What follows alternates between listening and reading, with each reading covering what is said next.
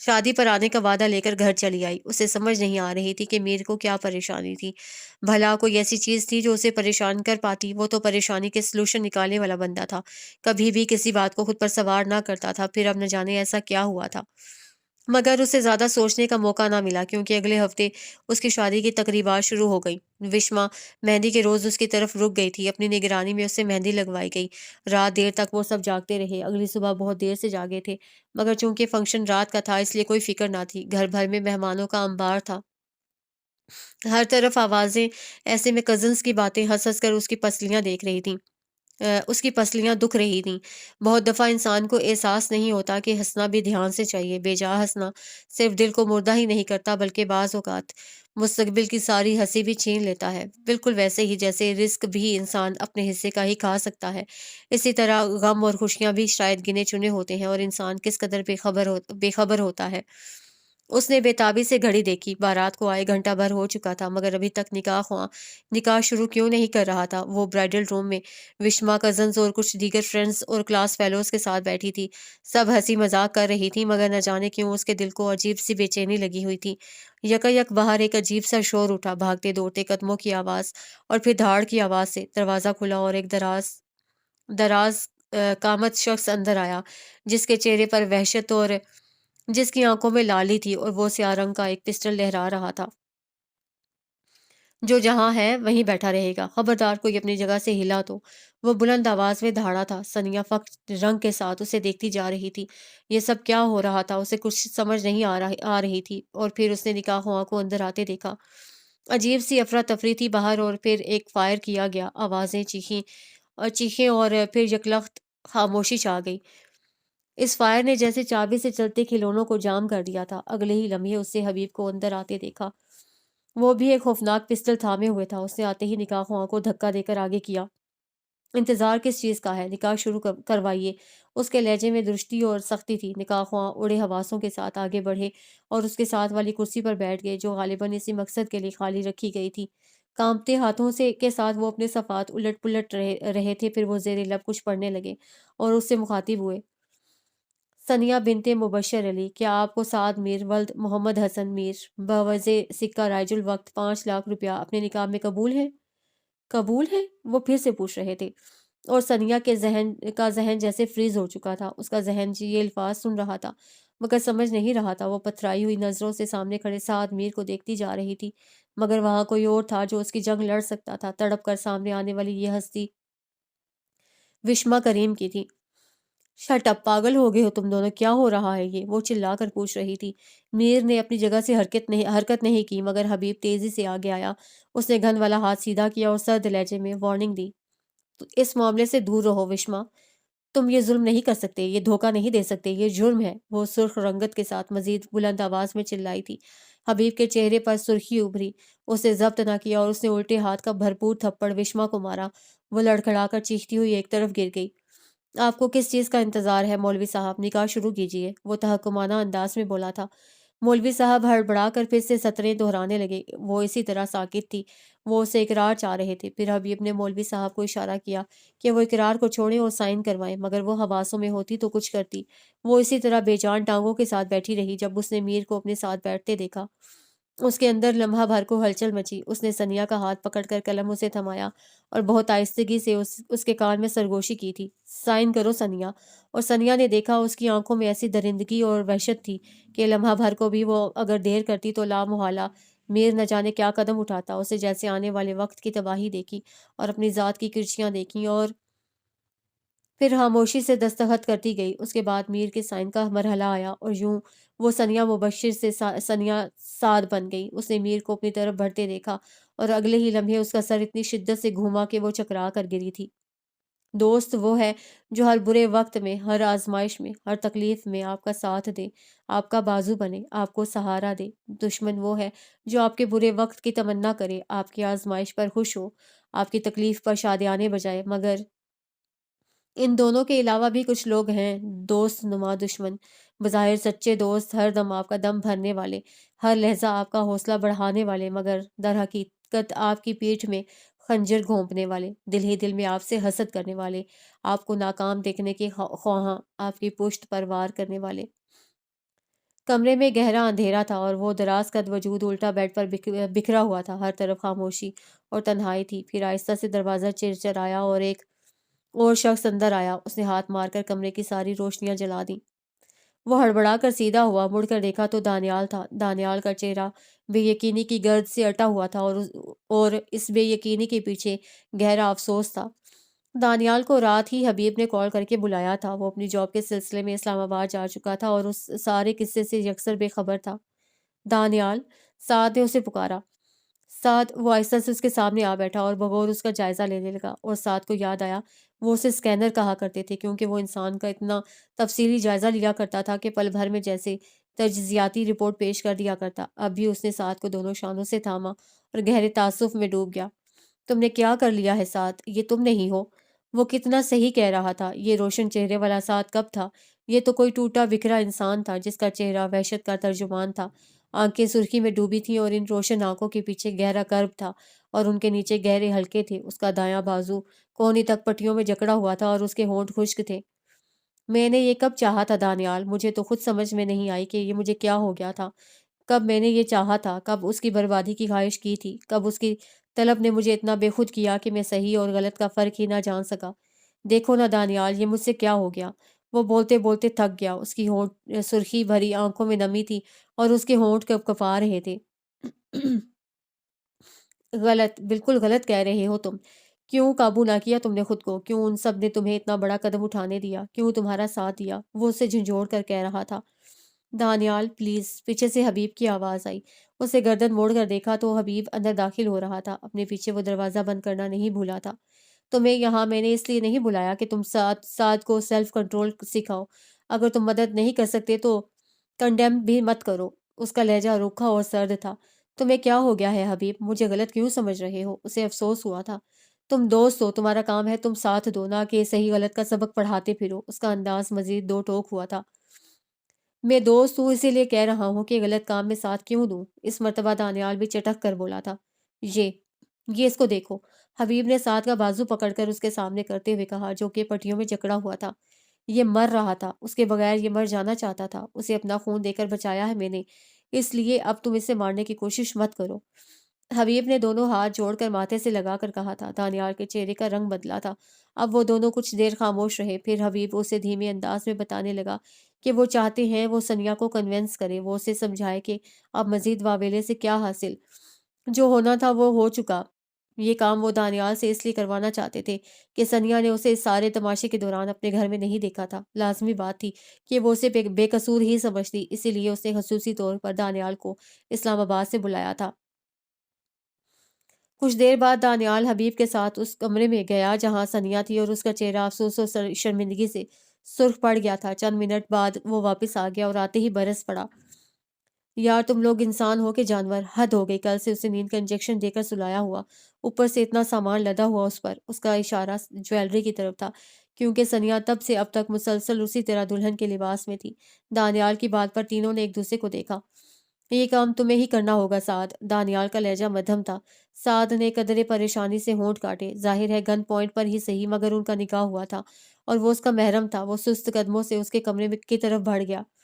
وہ بیڈ پر بکھری سی پڑی تھی، سینے تک اسے کمبل اڑا دیا گیا تھا۔ وہ دروازہ بند کرتا آہستہ آہستہ چلتا اس کے پاس آ گیا۔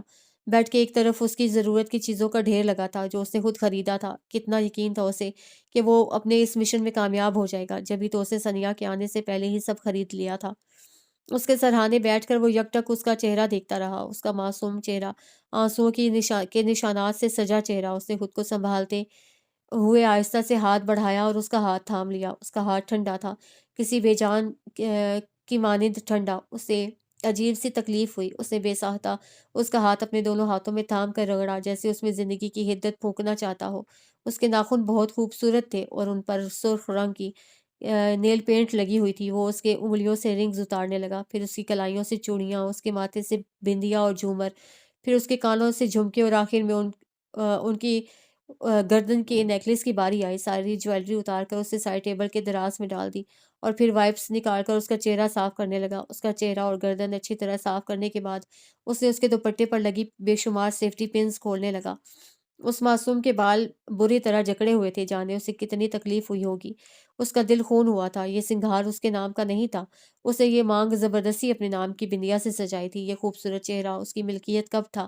اس نے یہ حق کی ملکیت ہتھیار کے زور پر حاصل کیا تھا۔ اس کا دل اتنا ڈوبا کہ وہ بے ساختہ اسے سینے میں چھپا کر سسک اٹھا۔ یہ کیا ہو گیا تھا اس سے؟ کمرہ بے بسی کی نمی سے نم تھا اور ہوا سرد خاموش تھی۔ اس کی ثنیا سے گفتگو کتنی ہی دیر جاری رہی تھی، وہ مکمل حواس میں تھی اور اس نے خود پر مکمل قابو پایا ہوا تھا۔ وہ یونیورسٹی کے زمانے والی ثنیا دکھائی دیتی تھی، مضبوط اعصاب اور ہر مشکل کے لیے تیار۔ اسے دانیال کی بات خاموشی اور تحمل سے سنی تھی، جو کہ اسے سعد کی ابتر ذہنی حالت کی تفصیل بتا رہا تھا اور اسے سعد کے اس ایکشن کی ناکام صفائی دینے کی کوشش کر رہا تھا۔ اسے دانیال کو نہیں ٹوکا، اسے پتہ چل گیا تھا وہ تینوں دوست تھے۔ جیسے حبیب نے دوستی نبھائی تھی، ویسے ہی وہ بھی دوستی نبھا رہا تھا۔ وہ واقعی صرف آپس میں دوست نکلے تھے۔ اسے دانیال کی بات ختم ہونے پر صرف اسے ایک سوال کیا تھا: اگر میری جگہ تمہاری اکلوتی بہن ایمن کے ساتھ یہ ہوتا تو کیا تم اسے یوں سامنے بٹھا کر اپنے دوست کی جسٹیفیکیشن دیتے؟ اس کا انداز چبھتا ہوا سرد اور سخت تھا۔ دانیال کا رنگ زرد پڑا۔ ثنیا نے نظریں پھیر لیں، اسے اپنا جواب مل چکا تھا، اور جب دانیال واپس سعد اور حبیب کے پاس پہنچا تو اسے لفظ لفظ ساری کہانی ان کے کانوں میں انڈیل دی۔ سعد کی آنکھوں میں ایک عجیب کیفیت اتر آئی تھی۔ کچھ دیر مزید وہ تینوں آپس میں بات کرتے رہے۔ آخرکار وہ اسی بات پر متفق ہوئے تھے کہ اب صرف سعد کو ہی آگے بڑھ کر ثنیا کو مطمئن کرنا پڑے گا۔ وہ قدرے مضطرب مگر خاموش تھا۔ حبیب اسے گلے مل کر ڈھیروں تسلیاں دے کر باہر نکلا تھا، مگر دانیال کو ایک ہی دکھ تھا کہ اس کا آنا بیکار گیا تھا۔ وہ ان کی کوئی مدد نہ کر سکا تھا، جس کا اسے گہرا افسوس تھا۔ ثنیا کی شادی کی خبر جس دن اسے ملی، وہ پہلا دن تھا جب اس کے دل کو دھکا سا لگا تھا۔ اس نے ایسا کب سوچا تھا کہ اس کا تلاشی گمشدہ والا منگیتر سچ میں واپس لوٹ آئے گا اور یوں یکایک اس کی شادی بھی فکس ہو جائے گی۔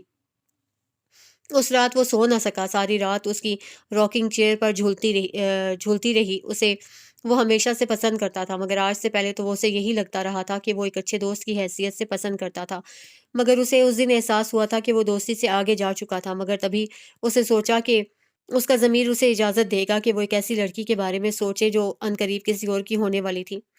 پتہ نہیں ضمیر اجازت دیتا یا نہیں،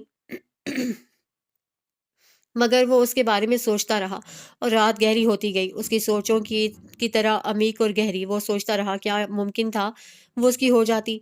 اگلی سحر اس کی آنکھیں سرخ اور اداس تھیں، وہ ٹوٹ رہا تھا، حالانکہ وہ کتنا مضبوط تھا، کتنا مشکل تھا کوئی اس پر اثر انداز ہو پاتا۔ اگلا دن بیتا اور اداس شام در آئی اور پہلے سے زیادہ خوفزدہ ہو گیا۔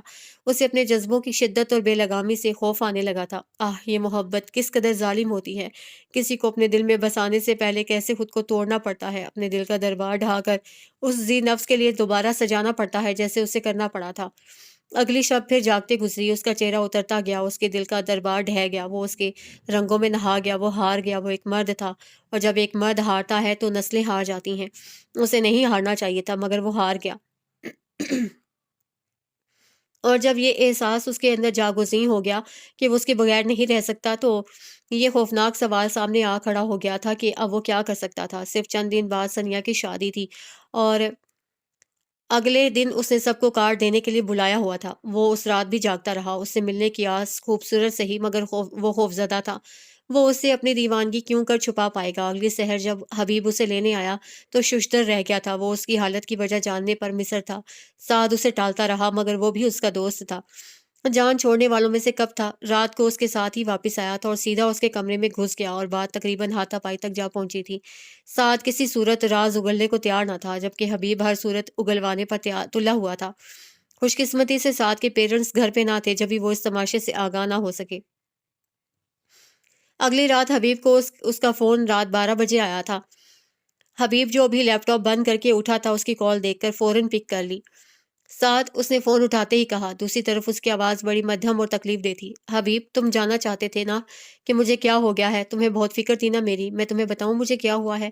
اس کی آواز گھٹی ہوئی تھی، وہ بولتا چلا گیا۔ مجھے ثنیا سے عشق ہو گیا ہے اور میں اس کے بغیر مر رہا ہوں، اس پل پل کی اذیت سے نجات پانے جا رہا ہوں میں۔ اب اس کی آواز میں آنسوں کی نمی تھی، اور حبیب تو یوں تھا جیسے کاٹو تو بدن میں لہو نہ تھا۔ میں اب اس دنیا میں اس کے بغیر نہیں رہ سکتا۔ حبیب، میری چند آخری سانسیں باقی ہیں، میں شاید اس دنیا میں نہ رہوں۔ وہ اب آنسوؤں سے رو رہا تھا۔ حبیب کے پیروں کے نیچے سے جیسے زمین نکل گئی تھی۔ اس کے دل کو جیسے کسی نے خنجر سے دو ٹکڑے کر دیا تھا۔ وہ پوری رفتار سے بھاگتا ہوا اپنی گاڑی تک آیا، اور اس رات اس نے اپنی زندگی کی خوفناک ڈرائیونگ کی تھی۔ اس کے گھر سے ساتھ کے گھر کا فاصلہ 15 منٹ کا تھا، جو اس رات اس نے 4 منٹ میں طے کیا تھا، اور گاڑی سے اتر کر بنا دروازہ بند کیے وہ اسی طرح بھاگتا ہوا ساتھ کے کمرے کی طرف آیا تھا۔ وہ لاکڈ تھا۔ اس نے اتنی وحشت سے دروازے کو ٹھوکر ماری کہ وہ پہلی بار میں ہی ٹوٹ گیا۔ وہ اندر داخل ہوا تو سعد اس کے سامنے تھا۔ وہ کارپیٹ پر بیٹھا ہوا تھا، اور اس کی دائیں کلائی خون سے بھری ہوئی تھی، اور اس کی آنکھیں بند تھیں۔ وہ زندگی اور موت کی سرحد پر کھڑا تھا۔ چند سانسیں باقی تھیں، شاید گنتی کی چند سانسیں، اور بس۔ وہ اٹھتا ہوا اس تک آیا اور ادھر ادھر کسی چیز کی تلاش میں نظریں دوڑائیں، مگر پھر اس نے اگلے ہی لمحے شرٹ اتاری اور اس کے بازو کو سختی سے باندھا، اسے اٹھا کر کندھے پر ڈالا اور واپس گاڑی کی طرف آیا، اور چند لمحوں کے بعد اس کی گاڑی ہاسپٹل کے گیٹ پر رک رہی تھی۔ وہ جانتا تھا یہ پولیس کیس تھا، ہاسپٹل انتظامیہ کسی صورت اسے ایڈمٹ نہ کرے گی، مگر وہ اس کا انتظام بھی کر سکتا تھا، اور اس کے لیے اسے صرف چند فون کرنے پڑے تھے۔ ان کا بلڈ گروپ میچ کرتا تھا۔ بلڈ کی ضرورت پڑی تو اس نے اپنے دونوں بازو آگے کر دیے۔ حبیب عارف نے اس رات سعد میر کو بچا لیا تھا۔ یہ بات اس کے سامنے بعد میں آئی تھی کہ سعد کے پیرنٹس لندن گئے ہوئے، جہاں ان کی اکلوتی بیٹی بیاہی ہوئی تھی، اور اس رات وہ گھر میں بالکل اکیلا تھا۔ بلکہ پچھلے کئی دن سے وہ تنہا ہی تھا، ورنہ اس کی حالت پر لازمی سوالات کیے جاتے۔ اگلے دن اسے ڈسچارج کر دیا گیا۔ وہ حبیب سے بہت خفا تھا۔ وہ اسے بات نہیں کرتا تھا، مگر جب حبیب اپنی نگرانی میں اس کی بینڈیج چینج کرتا تو وہ بس چپ رہتا تھا۔ جب حبیب اس کے لیے سوپ لے کر آتا تو وہ منہ دوسری طرف کر لیتا، اور جب وہ زبردستی اسے پلاتا تو وہ پی لیتا تھا۔ ہاں، وہ اس سے بہت ناراض تھا۔ بھلا کیوں بچایا تھا اسے؟ وہ دل گرفتگی سے سوچتا رہا۔ 2 دن تک حبیب اس کا سایہ بنا رہا تھا۔ وہ اسے ایک پل کے لیے تنہا چھوڑنے کو تیار نہ تھا، اور تیسرے دن جب کہ ثنیا کی مہندی کا فنکشن تھا، حبیب کی سربراہی میں وہ 7 لوگوں کا گروپ تھا، جس میں 5 لوگ یونیورسٹی کے وہ نامی گرامی بدماش تھے جن کی بات گولی اور گالی سے شروع ہوتی تھی، اور جن کے پاس اسلحہ میٹھی گولیوں کی مانند ہوتا تھا، اور ان میں سے 2 کے ساتھ حبیب کی اچھی خاصی الیک سلیک تھی، اور وہ 2 باقی تینوں کو لے کر آئے تھے، اور وہ اپنے دوست حبیب کے دوست سعد کے لیے کچھ بھی کرنے کو تیار تھے۔ ادھر وہ اپنے ہاتھوں پر مہندی لگا رہی تھی، اور دوسری طرف وہ اس کے گھر کی لوکیشن ڈسکس کر رہے تھے۔ طے یہ پایا تھا کہ 2 لوگ فرنٹ سنبھالیں گے، 3 لوگ اندر والا پورشن، اور حبیب اور سعد نکاح خواہاں کو دیکھیں گے۔ غالب امکان یہی تھا کہ سیکیورٹی کا بندوبست نہ ہونے کے برابر تھا، اور وہ ویسے بھی شادی میں شرکت کے لیے پوری طرح تیار ہو کر جا رہے تھے۔ سب کچھ عین اس کی مرضی کے مطابق ہوا تھا، کہیں کوئی رکاوٹ نہ بنی تھی، اور یوں وہ نکاح کر کے بحفاظت اسے اپنے سیالکوٹ والے گھر لے آیا تھا۔ مگر اب اگلا مرحلہ درپیش تھا، جو اب تک کے تمام مراحل سے زیادہ سخت اور مشکل تھا۔ خواب کرچی ہوئے سب اپنے، کیسے آنکھوں میں بس گئے پتھر۔ وہ اندر داخل ہوا تو بہت کچھ سوچ کر آیا تھا۔ یہ جگہ محفوظ تھی، وہ آگاہ تھا۔ اس کے اس ٹھکانے کا حبیب اور دانیال کے علاوہ کسی کو نہیں پتا تھا۔ ممی پاپا کا واپس آنے کا فی الحال کوئی موڈ نہ تھا، سو وہ محفوظ تھا۔ مگر پھر بھی احتیاطی تدابیر کے طور پر اس نے اپنی نارمل استعمال میں آنے والی گاڑی چھوڑ کر دوسری گاڑی استعمال کی تھی، اور اپنی سم کو بند کر کے ایک نیا نمبر لیا تھا۔ اب وہ اندر داخل ہوا تو وہ کمرے میں کہیں نہیں تھی، اور باتھ روم سے شاور کی آواز آ رہی تھی۔ اس نے ایک طویل سانس لے کر دروازہ لاک کر دیا، پھر تسلی سے بیڈ پر آن بیٹھا۔ کمرہ غیر معمولی طور پر سمٹا ہوا تھا، ہر چیز ٹھکانے پر تھی۔ اسے حیرت ہوئی۔ وہ کچھ دیر سوچتا ہوا بیڈ پر نیم دراز ہو گیا۔ کچھ دیر بعد باتھ روم کا دروازہ کھلا اور وہ باہر آئی۔ سعد کی نظریں اس پر جم گئی۔ وہ اس کے خریدے گئے ڈریس میں ملبوس تھی، اور یہ خریدتے وقت اس نے واقعی نہیں سوچا تھا کہ اس قدر سجے گا اس پر۔ ایک لمحے کے لیے وہ اس پر سے نظر نہیں ہٹا سکا۔ اس کے بال گیلی لٹوں کی شکل میں اس کے کندھوں پر گرے ہوئے تھے۔ ان کی کٹنگ بدلی ہوئی تھی، اور ان کا کلر بھی مختلف تھا۔ شاید اس نے بال ڈائی کیے تھے۔ وہ بھی اسے دیکھ چکی تھی، مگر نظر انداز کر کے آئینے کے سامنے جا کھڑی ہوئی۔ 2 منٹ میں بال سنوارے اور واپس مڑی، پھر اسے دیکھے بغیر بولی، کچن میں جا رہی ہوں، اور دروازے کا لاک کھولتی باہر نکل گئی۔ وہ حیران سا بیٹھا رہ گیا۔ یہ ری ایکشن! اس کا تو خیال تھا کہ وہ ہنگامہ مچا دے گی، روئے گی، چیخے گی، اس سے لڑے گی، اس سے التجا کرے گی کہ وہ اس کے ماں باپ سے رابطہ کروا دے، وہ اس کو واپس چھوڑ آئے۔ وہ تو یہ سب سوچے بیٹھا تھا، اور اس کا خیال ٹھیک ہی تو تھا۔ اس قسم کے کیسز میں ایسا ہی تو ہوتا ہے۔ مگر اس نے ایسا کچھ نہ کہا تھا، اور وہ کتنی پرسکون دکھائی دیتی تھی۔ کیوں؟ وہ جھنجھلا کر اٹھا اور اس کے پیچھے بڑھا تھا۔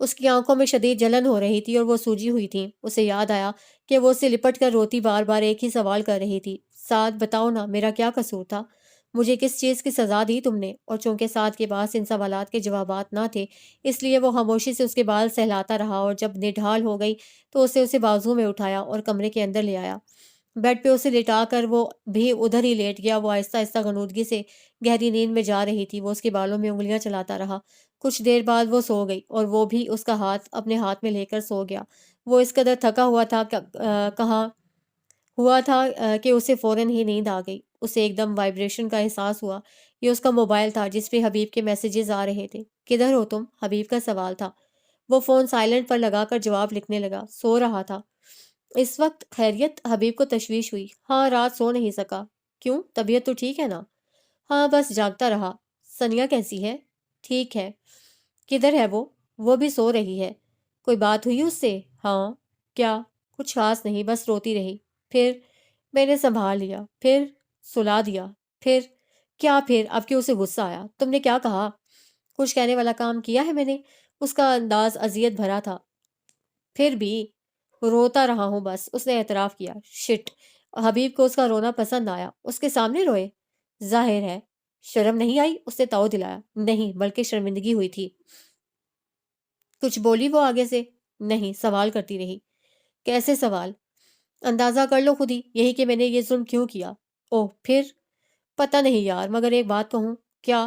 مجھ سے اس کا یہ حال دیکھا نہیں جا رہا۔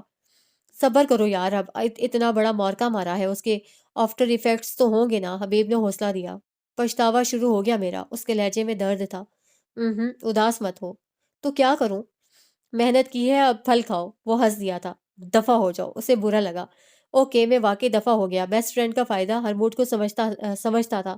سعد نے ایک طویل سانس لے کر فون ایک طرف ڈال دیا اور دوبارہ سے اسے دیکھنے لگا۔ وہ ابھی تک سو رہی تھی اور اسے یوں دیکھنا کتنا دلکش اور خوشنما نظارہ تھا۔ اس کے لبوں پر مسکراہٹ آ گئی۔ وہ کتنی پیاری لگ رہی تھی، یوں سوتے ہوئے کہ سعد بس اسے دیکھتا جا رہا تھا۔ حبیب صحیح کہہ رہا تھا، اسے اس پل اس سے اتفاق ہوا تھا۔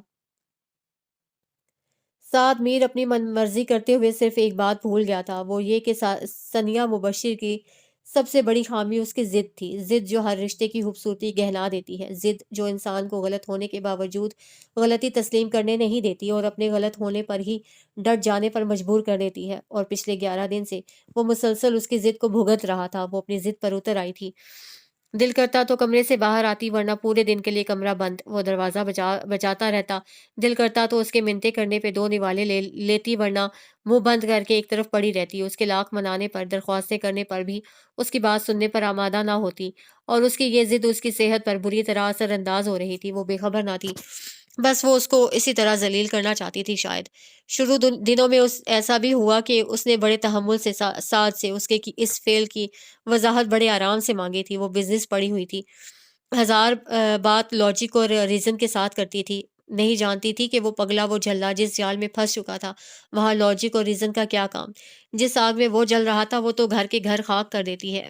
کہاں اس چیز کا دھیان کہ اس نے ایک لڑکی کی شادی ختم کروا دی تھی نا وہ پاگل۔ مگر اس ضد کا انجام یہ ہوا کہ ایک ایک کر کے اس نے گھر کے تمام کمروں کے لاک خراب کر لیے۔ اب کم از کم وہ کمرہ بند نہیں ہو سکتی تھی، مگر اس کے اس عمل کے بعد وہ اسے کھانے کے معاملے میں پہلے سے بھی زیادہ تنگ کرنے لگی، یہاں تک کہ دوسرے ہفتے اس کا ضبط ٹوٹ گیا۔ وہ سعد میر بھی اپنی ضد پہ اتر آیا، اور یہ بہت بڑا نقصان تھا۔ ایک ضدی دوسرے ضدی کے مقابل آ جائے تو دونوں ٹکرا کر پاش پاش ہو جائیں گے۔ نقصان ان دونوں کا ہی ہونا تھا۔ اس نے اپنی ضد سے سعد میر کی ضد کو جگا دیا تھا، اور اب بھگتان اسے ہی بھگتنا تھا۔ صبح وہ جاگا تو ثنیہ کہیں نہیں تھی۔ اس کا سر گھوم گیا۔ اس کی تلاش میں باہر آیا تو وہ لاؤنج کے صوفے پہ بے ترتیب سی پڑی تھی۔ وہ طویل سانس بھرتا اس کے پاس آ بیٹھا۔ ناشتہ کیا؟ اس نے نرمی سے سوال کیا۔ جواب ندارد۔ ثنیہ، سونی، اسے پیار سے بلایا، کوئی جواب نہ تھا۔ اب کی بار اس نے نرمی سے بازو پہ ہاتھ رکھا۔ وہ کرنٹ کھا کر دور ہوئی۔ سعد بے حد محظوظ ہوا۔ اس نے ایک بار ہاتھ آگے کیا تو ثنیہ نے اسے کھا جانے والی نظروں سے گھورا۔ وہ اثر لیے بغیر اٹھ کر اس کے مقابل آیا، ہلکا سا جھک کر اس کے دونوں ہاتھ اپنے ہاتھوں میں جکڑے، اور کچھ مزید جھک کر اس کی مزاحمت کو صاف نظر انداز کرتے ہوئے اس کی پیشانی کو چوما، اور اسے چھوڑ کر سیدھا ہو گیا۔ وہ تڑپ کر پیچھے ہٹی تھی۔ وہ مسکراتا ہوا شاور لینے چلا گیا۔ اب اس کے ہاتھ ایک نیا پتا لگ گیا تھا، ترپ کا پتا۔ وہ اسے بھاگتی تھی، اس سے بچتی تھی، یہ اس نے پہلے نوٹس ہی نہ کیا تھا۔ اب تو وہ اسے بڑے آرام سے اپنی ہر بات منوا سکتا تھا۔ ان دونوں کو ادھر ہی چھوڑ کر ہم دوبارہ واپس ثانیہ مبشر کے گھر چلتے ہیں، وہاں کا جائزہ لیتے ہیں ادھر کیا گزری۔ وہ تھپڑ کھا کر وشما کریم کے آگے ایک دفعہ دنیا گھوم گئی تھی۔ اسے احساس ہوا تھا کہ جسے وہ اپنے من مندر کا دیوتا مان کر مان سمان دیتی آ رہی تھی، وہ تو اتنا کمزرف اور گرا ہوا نکلا تھا کہ اپنے ایک غلط فعل کو کرنے کے لیے ہر صورت اسے راستے سے ہٹانے پر تیار تھا۔ وہ تو سنیا کو نکاح کر کے لے گیا، مگر وشما کریم کے مستقبل کے آگے ایک مستقل سوالیہ نشان لگا گیا۔ حبیب نے اس کا پورا ساتھ دیا تھا، کیوں؟ اس نے روتے چلاتے ہوئے سنیا کے ماما پاپا کو ساری ڈیٹیل بتائی تھی کہ وہ سب یونیورسٹی بوائز تھے، اور یہاں تک کہ اسے ساتھ کے گھر کا ایڈریس بھی بتا دیا تھا، اس کے گھر کا نمبر، اس کا نمبر بھی سب بتا دیا تھا، حبیب کو بھی کہاں چھوڑا تھا، اس کے متعلق بھی سب راز عیاں کر دیے۔ یہ ایک سراسر اغوا اور نکاح بالجبر کا کیس تھا۔ شادی کا گھر ماتم کدہ بن گیا۔ اس کی ماما ماجدہ مبشر کو مسلسل غشی کے دورے پڑ رہے تھے، اوپر سے آس پڑوس کا خوف، رشتہ داروں کی باتیں اور طنزیہ سرگوشیاں۔ ان کے گھر کبھی وہ لوگ نہ آئے تھے، اس لیے بائی فیس وہ کسی کو نہ پہچان سکے، مگر ان کے ناموں سے وہ آگاہ تھے۔ اور باقی تفصیل جب وشما نے دے دی تو مبشر حیات نے بروقت اپنے حواس بحال رکھتے ہوئے اپنے کچھ دوستوں کو فون کیے۔ بات اب چھپانے والی رہی ہی کہاں تھی۔ جب عین نکاح کے وقت ان کی عزت کی دھجیاں اڑ گئیں تو اب رہی صحیح عزت بچا کر وہ کیا کرتے، اس لیے انہوں نے مکمل تفصیل بتائی تھی۔ پولیس آفیسر ان کے عزیزوں میں سے تھا، ورنہ انہیں نہ جانے کتنے سوالات کے جوابات دینے پڑتے، مگر اس کے باوجود بھی انہیں جواب دینا پڑا تھا۔ پولیس آفیسر یہ یقین دہانی چاہتے تھے کہ وہ سنیا کی کوئی پرسنل انوالومنٹ نہ تھی، اگر بعد میں نکلی تو وہ کچھ نہ کر پائیں گے۔ اس کا یقین تو ماجدہ مبشر کو تھا کہ ان کی بیٹی قطعاً ایسے لڑکے کے ساتھ انوالو نہیں ہو سکتی تھی، مگر مبشر حیات فکر مند تھے، وہ ماں تھی، ہمیشہ بیٹی کے متعلق اچھا ہی سوچتی، مگر حقائق سے نظر نہیں چرائی جا سکتی تھی۔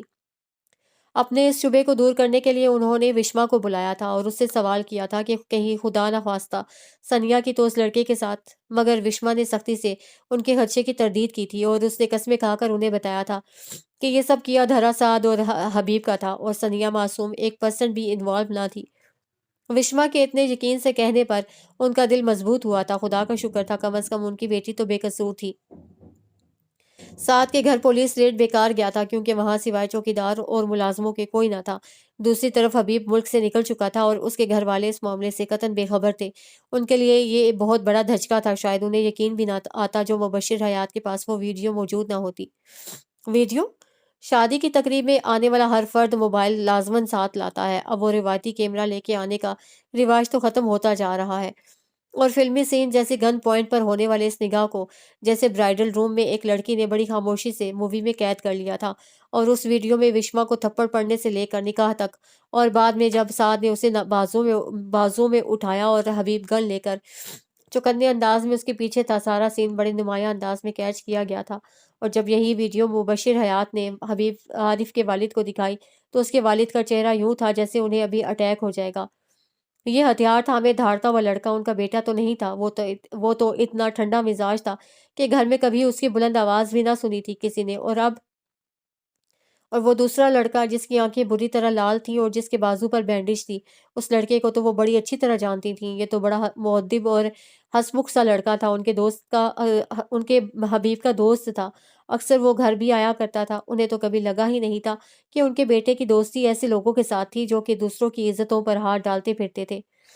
بدقسمتی سے باقی لڑکوں کو کوئی شناخت نہ کر پایا تھا، اور جب حبیب سے رابطہ کرنے کی کوشش کی گئی تو وہ ہر جگہ سے غائب تھا، موبائل نمبر بند، واٹس ایپ بند، فیس بک ایکٹیویٹ اور ساری سوشل سائٹس بلاک۔ اس کے والد نے تو اپنے سر کے بال نوچ ڈالے، یہ کیا کیا تھا ان کے سپوت نے، کیا اس دن کے لیے مانگتے ہیں لوگ بیٹے؟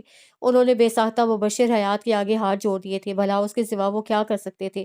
وہ اس قدر شرمندہ تھے کہ ان کا بس چلتا تو وہ اپنی جان دے کر بھی سنیا کو واپس لے آتے، مگر مجبوری یہ تھی کہ ظالموں نے سارے سراغ ہی غائب کر دیے تھے۔ ساتھ کی گاڑی، اس کے موبائل، سب کچھ اس کے گھر سے برآمد ہو گیا تھا۔ آخرکار اس کے والدین سے رابطہ کیا گیا جو کہ لندن میں تھے، ان پر بھی ایک قیامت ٹوٹی تھی۔ حبیب کے والدین تو شاید کسی طرح بری الذمہ ہو جاتے کہ ان کا بیٹا صرف شریک جرم تھا، مگر سعد، وہ تو خود مجرم تھا، اور کیا کیا تھا اس نے؟ کچھ اسلحہ بردار لڑکوں کو لے کر شادی کی تقریب میں گھس کر زبردستی ایک لڑکی سے نکاح کیا تھا، اور پھر اس کے آگے کے بریڈ کرمز غائب تھے۔ وہ گروپ کہاں غائب ہوا کوئی نہیں جانتا تھا، مگر سعد کے پیرنٹس پہلی فلائٹ سے واپس آ گئے تھے۔ مبشر حیات نہ چاہتے ہوئے بھی ان سے ملنے پر مجبور تھے۔ حسن میر کا چہرہ زرد تھا۔ ان کے بیٹے نے وہ کام کیا تھا کہ وہ ساری زندگی سر اٹھانے کے قابل نہ رہے تھے۔ وہ مبشر حیات سے نگاہیں ملا کے بات نہ کر پا رہے تھے، کرتے بھی کیسے؟ بیٹے نے جو کارنامہ کیا تھا وہ اس لائق تھا کہ وہ اسے اپنے ہاتھ سے گولی مار دیتے۔ انہوں نے مبشر حیات کے آگے ہاتھ جوڑ دیے تھے اور قسم کھا کر کہا تھا کہ وہ ہر صورت اسے ڈھونڈیں گے اور اس کے بعد وہ چاہیں اس کے ساتھ جو چاہیں اس کے ساتھ کریں، وہ اف تک نہیں کریں گے، مگر یہ سب تو اس صورت میں ممکن ہوگا جب وہ اسے ڈھونڈ پاتے۔ مگر انہیں ہر صورت سعد کو ڈھونڈنا تھا، اسے مبشر حیات کی عدالت میں پیش کرنا تھا اور سب سے بڑھ کر ان کی بیٹی کو واپس لانا تھا۔ مگر اس سارے چکر میں وہ ایک شخص کو بھول گئے تھے اور وہ دانیال نواز تھا۔ اس نے واٹس ایپ کھولا تو دانیال کا میسج تھا کہ وہ اسے واٹس ایپ پر کال کرنا چاہ رہا تھا۔ اس نے کال کا بٹن دبایا اور فون کان کو لگا لیا۔ تیسری بیل پر ہی فون اٹھا لیا گیا۔ دانیال بے حد پریشان تھا اور اسے بتا رہا تھا کہ اس کے پیرنٹس واپس آ چکے ہیں اور ثنیا کے والدین اس کے اور حبیب کے گھر تک پہنچ چکے تھے۔ اسی خوف کی وجہ سے اس نے موبائل سے کال نہیں کی تھی کہ کہیں اس کا نمبر ٹیپ نہ کیا جا رہا ہو۔ ساتھ جوں جوں اس کی گفتگو سن رہا تھا، اس کی پیشانی پر شکنیں بڑھتی جا رہی تھیں۔ معاملہ اس کی توقع سے زیادہ خراب تھا اور اس کی توقع سے جلدی بگڑ گیا تھا۔ اس نے یہ نہیں سوچا تھا کہ وہ اتنی جلدی اتنا آگے نکل جائیں گے۔ اگر حسن میر نے مبشر حیات سے کوئی وعدہ کر لیا تھا تو اس کا بچنا اچھا خاصا مشکل تھا۔ وہ اسے ہر صورت ڈھونڈ نکالیں گے تو اب کیا کرے وہ؟ یہ اسے خود سوچنا تھا۔ دوسری طرف دانیال اس سے کہہ رہا تھا کہ اگر اسے پاپا کو سیالکوٹ والے اس گھر کی لوکیشن پتہ ہے تو وہ سب سے پہلے جگہ بدلے، فوراً یہ جگہ چھوڑ دے۔ اس نے حامی بھر کے فون بند کر دیا۔ جگہ کے بارے میں اسے پریشانی نہ تھی کیونکہ اس گھر کے متعلق حسن میر آگاہ نہیں تھے، مگر یہ کوئی مستقل سلوشن نہ تھا۔ اسے ایسا حل چاہیے تھا جو واقعی اس مسئلے کا حل ہوتا۔ اس دوپہر سے لے کر شام تک وہ سوچتا رہا، کبھی لیٹ جاتا، کبھی اٹھ کر پھرنے لگتا۔ حیرت انگیز طور پر اس دن اس نے ثنیا کو ذرا بھی تنگ نہ کیا، جو کہ بیڈ کے ایک کونے میں گٹھڑی سی بنی لیٹی تھی۔ آج بھی اس نے کچھ نہ کھایا تھا، مگر آج سعد نے اسے کھانے کا نہیں کہا۔ رات نے چاروں طرف اپنے پر پھیلائے تو وہ ساری سستی و کسل مندی کو پرے پھینکتا اٹھا اور شاور لینے چلا گیا۔ جب وہ شاور لے کر آیا تو ثنیا ابھی بھی ویسے ہی پڑی تھی۔ وہ آہستہ سے اس کے پاس آ بیٹھا۔ وہ ذرا سا چونکی اور پھر پیر سمیٹ لیے۔ ثنیا، اس نے نرمی سے بلایا۔ اس نے آنکھوں پہ ہاتھ رکھا ہوا تھا، اسی طرح بولی تھی۔ اٹھو، میری بات سنو۔ وہ آنکھوں سے بازو ہٹاتی اٹھ بیٹھی۔ اس کے بال اس کے گالوں کے گرد پھیل گئے تھے۔ اس کی آنکھیں بجھی ہوئی اور اداس تھیں اور اس کی صحت پہلے سے خاصا گر گئی تھی۔ وہ کمزور نظر آتی تھی۔ سعد کے اندر کچھ ٹوٹا تھا۔ اسے کبھی ایسا نہیں چاہا تھا۔ وہ تو اسے خوش رکھنا چاہتا تھا، خوش دیکھنا چاہتا تھا، مگر وہ ناکام ہو گیا تھا۔ اس نے خود کو سنبھالتے ہوئے بات شروع کی۔ میں جانتا ہوں میں نے کچھ اچھا نہیں کیا، مگر میں مجبور تھا، یقین کرو۔ شاید میں اپنے آپ کو تم تک آنے سے پہلے ختم کر دیتا۔ اور وہ ایک لمحے کو رکا اور اس کا چہرہ دیکھا۔ وہ مجبوری سے اس کی بات سن رہی تھی اور اس کے چہرے پر واضح بیزاری نظر آتی تھی۔ اگر اس رات حبیب نہ ہوتا تو شاید میں اب تک یوں تمہارے سامنے نہ ہوتا۔ اس رات میں نے خود کو ختم کرنے کی کوشش کی تھی، میں نے خودکشی کر لی تھی۔